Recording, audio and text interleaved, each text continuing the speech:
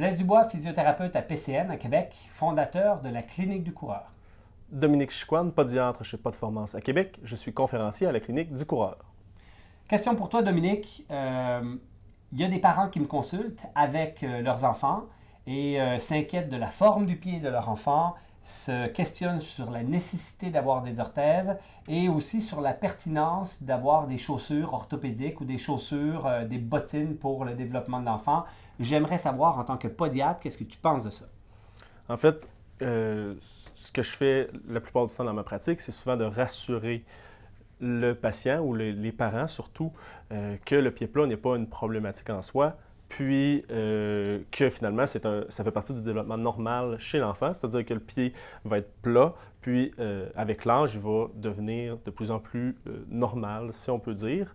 Une arche normale, l'arche du pied va se former chez 95% des gens en fait. Ouais. Quand tu parles d'arche normale, juste pour se situer, en fin de compte, c'est la moyenne des gens parce que on ne fait pas de lien de toute façon entre le type d'arche, que le pied soit très creux, que ce soit très plat, et les pathologies et les douleurs. En effet. En fait, l'arche qu'on dit normale, c'est finalement ce qui est considéré comme un pied plat. La plupart des gens ont un pied plat. OK.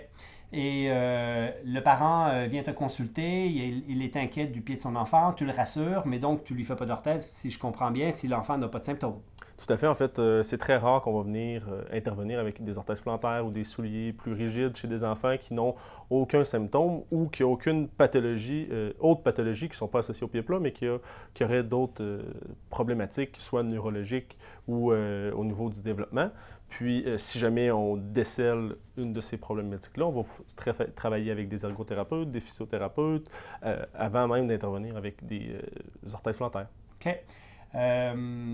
OK. Donc, est-ce que tu es d'accord avec le concept que l'enfant, pour son développement moteur, devrait être pieds nus le plus longtemps possible et le plus souvent possible? Ce qui n'est pas toujours évident dans notre monde moderne, mais qu'on essaye au moins de laisser nos enfants le plus pieds nus possible. Oui, pieds nus ou en pied de bas pour protéger un petit peu le pied, en fait, des abrasions ou d'autres choses qui peuvent se trouver sur le sol. Mais le but, c'est de ne pas venir intervenir, étant donné qu'on sait que ce n'est pas une problématique. Donc, pourquoi on viendrait essayer de corriger ça, alors qu'on sait que ça ne corrige pas le problème, premièrement, puis que ce n'est pas un problème. OK.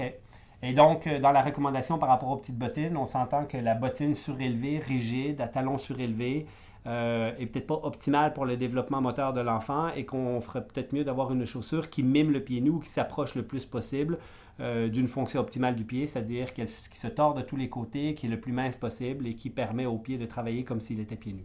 Tout à fait, avec un espace suffisant pour les orteils, puis qui va respecter la forme du pied de l'enfant. Parfait. On ne répondra pas à cette question-là dans cette capsule, mais j'ai une question pour toi. C'est quand on n'est plus un enfant, on y revient dans une autre capsule. Tout à fait. C'est bon? Merci beaucoup. Merci Blaise.